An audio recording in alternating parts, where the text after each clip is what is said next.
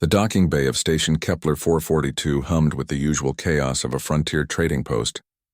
Harper Chen stood at her office window, watching cargo haulers and merchant vessels arrive and depart like clockwork. As the newly appointed station manager, she'd seen countless faces pass through these halls: traders, refugees, opportunists, but none quite like the one waiting outside her door now. "Ma'am, there's a Vrin female requesting an audience, Caleb Martinez." Her assistant spoke through the intercom. "She's been waiting for 3 hours." Harper glanced at her schedule. "Back-to-back meetings until nightfall. Send her in." "I'll make time." The door slid open, revealing a figure that made Harper's chest tighten. The Vrin woman was gaunt, her normally iridescent skin dulled to a sickly gray. But it was the small child clinging to her leg, a tiny thing with enormous eyes that truly broke Harper's heart. "Thank you for seeing me, Manager Chen," the alien said in halting standard. "I am Ziratha. I need work." Harper gestured to the chair across from her desk. "Please sit." Ziratha hesitated, then settled into the seat, pulling her child onto her lap. "The little one couldn't have been more than 3 in human years. What skills do you have?"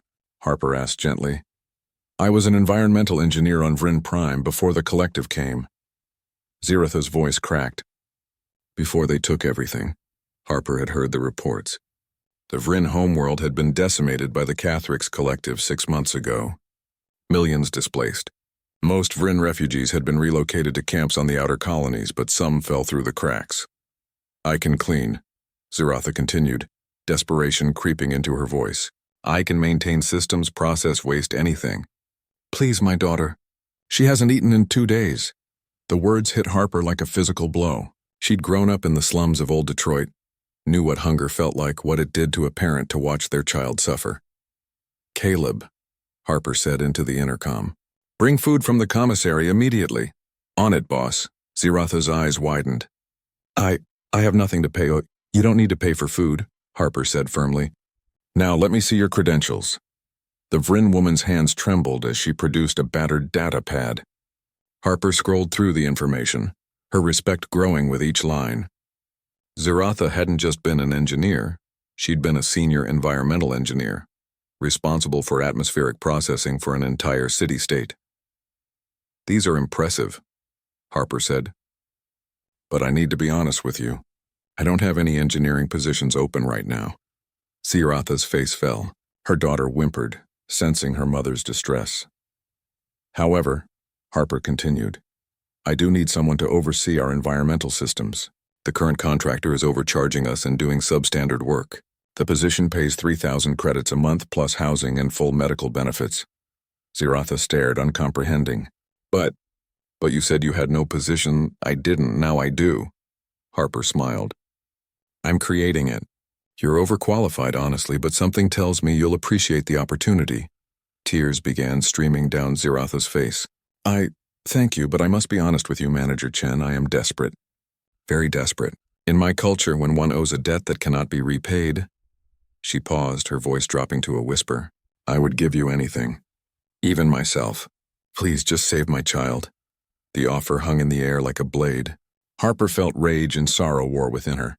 Rage at a universe that could drive a mother to such depths. Sorrow for the woman before her who'd been stripped of everything but her love for her child. "Ziratha," Harper said slowly, leaning forward. "Look at me." The Vrin woman raised her eyes. "I'm going to tell you something about humans. We have a saying, desperate times call for desperate measures. But we also believe that how we treat others in their darkest moments defines who we are." Harper's voice was steel wrapped in velvet. "You owe me nothing. Not your body, not your dignity, nothing. You're a skilled engineer who deserves a job, and I'm offering you one because you're qualified and I need your expertise. That's all." Caleb entered with a tray of food, protein bars, fruit, a warm meal from the officer's mess. Ziratha's daughter lunged for it with the desperation of true starvation. "Slowly, sweetheart," Harper murmured, kneeling beside the child. She'd seen this before, knew how a starving stomach could rebel. Small bites. While the child ate, Harper pulled up housing assignments. "I'm putting you in Residential Block C, Section 4. It's near the Environmental Control Center and has a good school for your daughter. You start Monday. That gives you 4 days to rest and settle in." "I don't understand," Ziratha whispered. "Why would you do this for me, for us?" Harper thought of her own mother, who'd worked 3 jobs to keep food on the table, who'd sacrificed everything so Harper could have a future. Because someone once did it for me, Harper said simply. And because that's what humans do. We remember what it's like to be desperate, to be afraid, and when we can, we help. Ziratha broke down completely, sobbing into her hands. Harper let her, understanding that sometimes tears were the only way to wash away despair. Later, after Ziratha and her daughter had left with full bellies and keys to their new home, Caleb lingered in the doorway. "You know the board is going to have questions about that new position," he said. "Let them ask," Harper replied, looking out at the stars. "I'll tell them it's good business." "Which it is. Our environmental systems actually do need an expert." Caleb grinned. "You're a terrible liar, boss." "Yeah, well," Harper smiled back. "That's what humans do, Caleb. We see someone drowning, we throw them a rope. Even if it costs us something.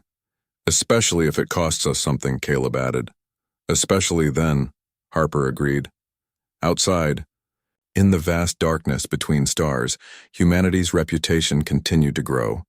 Not as the fiercest warriors or the shrewdest traders, but as the species that remembered compassion even in the void's cold embrace.